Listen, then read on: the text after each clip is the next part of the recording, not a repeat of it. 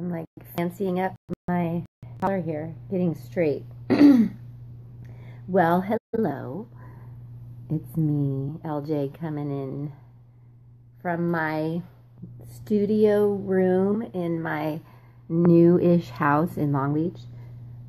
Pretty cool, huh? And although there may be a little bit of a fisheye effect here with my phone, but it's nice to be able to do it with my phone because I can just prop it up and turn it on, and I'm happy to have you here. And I'm enjoying the idea of letting this group be more of a place where you can know that you can find some yoga stuff, some yoga ideas, some yoga support, some yoga inspiration, some yoga community. Yeah. So, hoping you can enjoy that, and whether you're able to come on with me live, comment if you're here so I know you're here, because I only see if you're here. I'm getting better at seeing if you're here. But either way, then I know you also can watch it later if that works better for your schedule and life. But yes, I thought today I felt inspired to just share a little bit about the power and possibility of using our breath. Especially as we probably are already feeling the holiday vibe, which to me, as much as I love the holidays, really, I am fortunate that I have mainly good feelings associated with it, but there still can be this angst and this tension and this rush and this overwhelm and lots of energy, very intense perhaps, whether it's even just when we're like sitting at home thinking about the holidays, right? Could be part of when I'm referring to, when we're thinking about the shopping that we need to do or think we need to do, the planning that we need to do, or whether we've also got feelings coming up about loved ones we're missing, or relationships that are in turmoil, or other ways that the holidays may be tender and powerful for us and for those around us. So probably the energy for lots of people is more intense, and so we're feeling that, or feeling other people's energy more intense, and more of us in that potential angst rush, or we've almost like jollily in a jolly way been told it's hustle bustle of the holidays. For some reason that makes it sound more pleasant to embrace that there's this like hustle bustle that may be present, that may affect how we're feeling and how we're functioning and how our moments are going and how we're responding to our moments, how we're responding to our loved ones. Often I think it could be a time where we ironically drop some of our self-care because we get busier and we think we get a little more focused on this timeline of dates and schedules and holidays and parties. And so that's interesting, an interesting combo, that maybe more of us are busy and hustle bustle, but also a lot of us dropping some of our usual things. And even knowing, the new year's coming, so I'll get back to it. Which you might have heard some of my talk before, that there's definitely a value to dropping practices too, and seeing how we feel when we don't do our even usual stuff, to center ourselves, to relax ourselves, to reconnect ourselves in ways that work for us and that affect us and change us and shift us and help us and really affect how we show up for other people. So I'm interested in how can I support more of us in coming into this season ready to enjoy it too, right? Because that's a yogi thing to do, to want to be present, in my opinion, and to want to enjoy our moments and even feel like we're soaking it up and enjoying the experience on the inside and on the outside. So that's part of the why on this kind of content, is helping more of us enjoy this season. And also use simple things like our breath as a way to attend more to how we're feeling, and even help work with how we're feeling, and even how that is going to affect those around us, and some things that we can even play with in the middle of a holiday party, in the middle of a conversation. So that's really cool. This is like yoga out in the world, really, is what we're talking about with this kind of use of the simplest kinds of breath. And then, so some of these things may be things that we could just do solo in the car, in an elevator, in the hotel, in a hotel, in a bathroom, right, at our desk. But also a lot of these things we could do in the middle of a conversation, in the middle of a meeting, in the middle of a family dinner, in the middle of being with someone who's in tears, having a sad moment, in the middle of ourselves having a hard, sad moment. So there's so many cool ways we can use something like breath. And even as I'm saying this, I get reminded, because I've been fascinated with how, even though from the moment I started to study yoga, which it's been about 20 years now that I've been studying it, and got into teaching it a few years into it. So teaching it for like almost 18 years, teaching it, facilitating yoga, we'll call it. But from the start to hear about breath and get into how powerful it is. And it seems like you should just get it. Like, okay, I get it, and now I'm doing it. But for myself included, as much as I love sharing it with other people and teaching it, it still seems like a brand new idea sometimes when I remember, like, oh yeah, how much different can I feel right now if I just use my breath a little bit differently? And how much can I use my breath to help me relax? How much can I use my breath to shift my energy, to refresh myself, to renew myself, to focus and strengthen and sweeten? I like that word sweeten, because that could say a lot of those things. So this is some ways to use breath in the midst of anything to sweeten our holiday experience.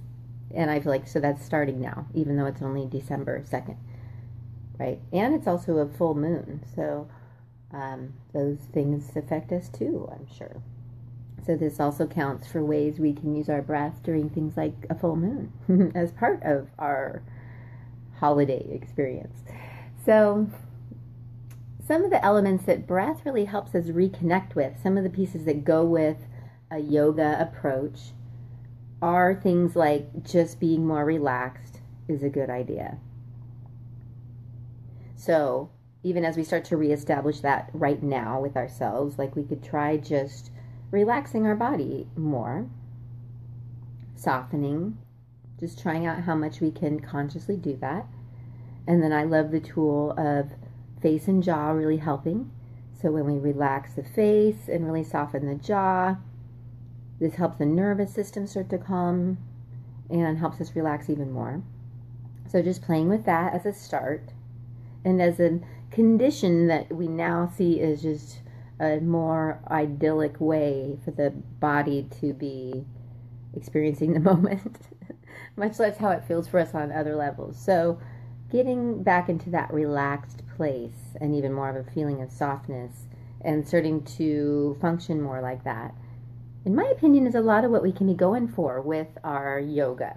And that's where the poses help, sure, for us to free up some of what might be making us feel tense and tight, to get us realigned, is that affects how much we can relax too. And even using things like the poses to turn the nervous system even more towards calm so that we can relax even more fully.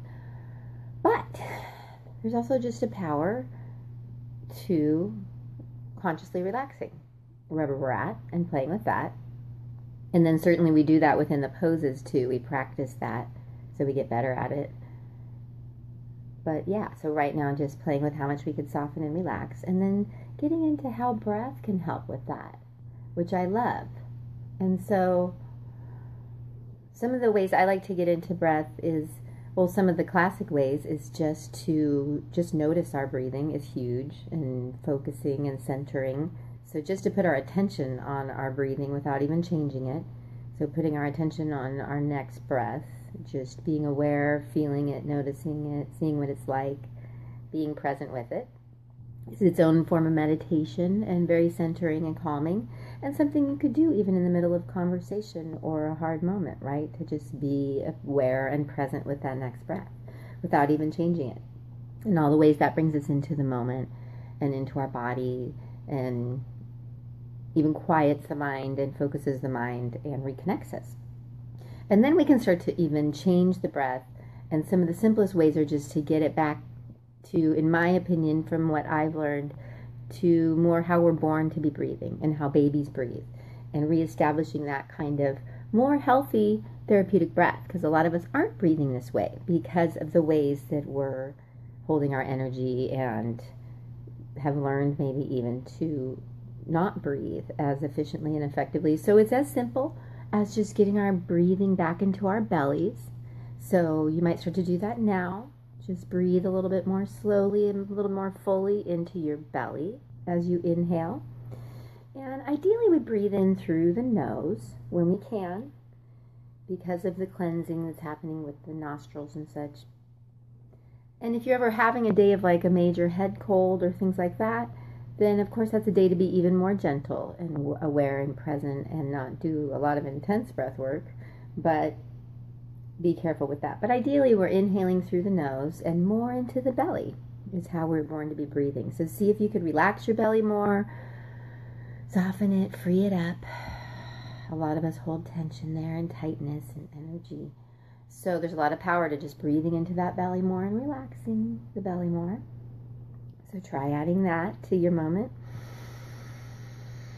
And then you probably heard me say, I've been saying this for almost 20 years, exhale actually is the big news.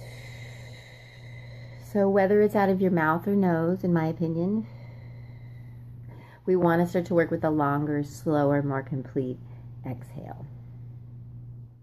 And it turns out the exhale is super important, and something that a lot of us are shortchanging, like doing a big breath in and then kind of a short exhale that's actually leaving us feeling more anxious and out of balance. So the exhale for a lot of us, especially when we're looking at how can we relax more, is the thing. So to start to exhale slower, longer, more completely out of your mouth or nose, and notice how that creates so much more room, so much more space for that next new breath into your belly. And then just even longer, slower, relaxing exhales. And see if you can get into, with your body and with your sensing and awareness, just how that breath is starting to affect you and feel on your body. And this is where we can start to add even things like imagination as a yoga tool too. So just even playfully in a moment, you could be aware of the fresh energy, the fresh oxygen you're bringing in with that inhale, and see that, feel that going into all your cells, moving into parts of your body, maybe that even feel tense or tight. And then as you exhale, maybe you play with how that exhale relaxes you, helps you move that old energy out, free stuff up, let stuff go, generally relax you more. So I love really playing with how there's like this house cleaning going on with the breath for the body as like the house. So the imagining of that, seeing that, feeling that, even being aware that it's like life energy that we're drawing in with that breath, maybe seeing and feeling that like a light or a color or an imagery if you like that. The more you get into that, the better. It's like using the placebo effect for our advantage. So seeing it, feeling it, but the inhale filling you up, even with that fresh energy, that light, that even more divine energy if you want. And then that exhale continuing to relax you, maybe even ground you, continue to let stuff go. So you can see right there, like how simple are those things? Just those things that you could use anytime, anywhere, especially in response to if you're noticing you're feeling tense or stressed, whether it's just a little bit or a lot of it. But generally, the sooner that we go after shifting things, the easier it is. So that's where it's important to just really be noticing how we're feeling and tuned into ourselves, and finding ways to do that would be a yoga thing to do. But even if it just means your body's letting you know, that's where that body's so beautiful. It starts to let us know, whether it's just through the feelings of tension or angst or even emotions that feel like overwhelm or frustration or fear or sadness.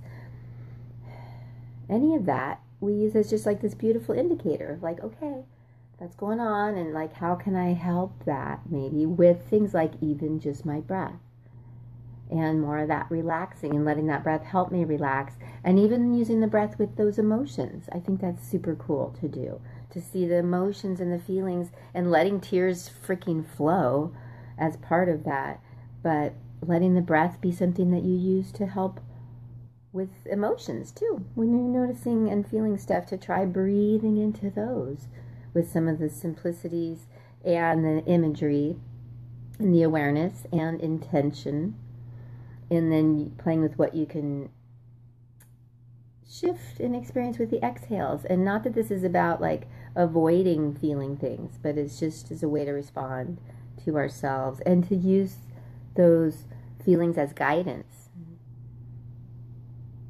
at the very least, like guidance to get back to some ways we could feel more just like relaxed. If that was just like the simplest of goals that we might all agree is helpful. And something one of my favorite friends, Eileen, mentioned to me this last week, which was such a yogi teaching, I'm so glad she reminded me of this, is that she's so aware, and this is what we can really be seeing or doing with this kind of work, of even using something like the breath in these simple ways. For instance, in the middle of a conversation, or if you're in a group, that she was pointing out that she really notices if she just plays with becoming really relaxed and soft and like open with how she's holding herself and her body and her energy, like she realizes that's such a way to help the group and shift. I don't even know if she said shift the energy, but that's what I see it as. And it was just such a beautiful reminder and so powerful. And I'm so glad she mirrored it back to me, because, yeah, I'm like, all of us, I'm sure that, and that's where, these teachings or whatever I'm doing here come from, is my noticing this with myself, that as much as I know being relaxed is a good idea, probably still the majority of the time I'm not relaxed. So, but, the best I think we can do is just get a little bit better at noticing how we're doing, a little bit sooner about responding, and just open to using simple things like this and playing with the power of being more relaxed, more soft, at ease with how we're holding ourselves, and knowing how much that is going to help us and really affect a group if we're in a group or with a person, whether that's a kid or an adult. I'm feeling the shifts just as I talk about this. So I hope this is helpful for you. Just already these 3 things we talked about, or I talked about, with the breath, especially in regards to how it can help us reestablish that calm in our moment, and through things like the holiday bustle. And to really consider that the more we stay on top of how we're feeling, the less of the dramatic moments perhaps that we need to have with our mood, with our relationships, and with our health. I think that's undeniably true, that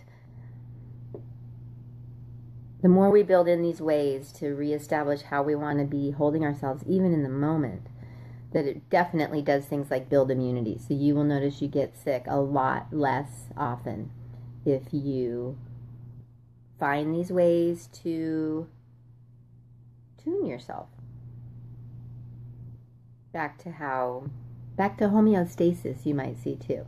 And so even just with like how we're holding ourselves within the holiday bustle, we could see it as we're like relaxing and again into how we want to feel in our moments, right? Like if we're out doing these special things, like first of all, it's just so nice to be present to enjoy it. And then it's nice to be relaxed enough to be kind to the people that we're there with. You know, if we're there and we're yelling at our kids or our partner because we've let that holiday bustle stress us out and get us out of whack. And even with our best intentions, we're just not in our best, most aligned selves. So it can be this simple and easy, and even this in the middle of life. It doesn't have to be separate from life. So yeah, use these things in your moments alone, but also in your moments with others, and nobody will have to know you're doing it. But you'll be doing it for you and the team, as I like to say. But the simple things that I mentioned are just an awareness of the breath, just putting our attention on one breath even can be a powerful shifting meditation and focus and reset. And then as far as changing the breath, just getting it back more to how we were born breathing, in a breath that's more therapeutic and well-rounded and functional and helpful for the body and the energy flow and the systems, would be more into the belly with the inhales and slower and longer, and then a lot longer with those exhales. Slower, longer, more complete. Feeling how those are what relax us and let stuff go.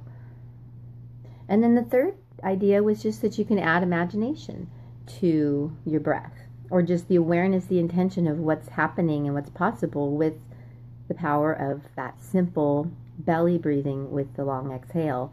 And that as you add imagining to it, it's going to make it just 10 times more powerful. And that's just a yogi thing to do, and now even a modern thing to do, because it's cool. We now have, scientists have studied these things and what happens when we add visualization and what happens when we add our belief, like intention, in the placebo effect way, that just thinking it's going to work is going to work. So it's a double header on that concept, that our imagination is powerful, we might as well use it, and that if we focus and are aware of the benefits of what we're doing, it actually makes it work even better.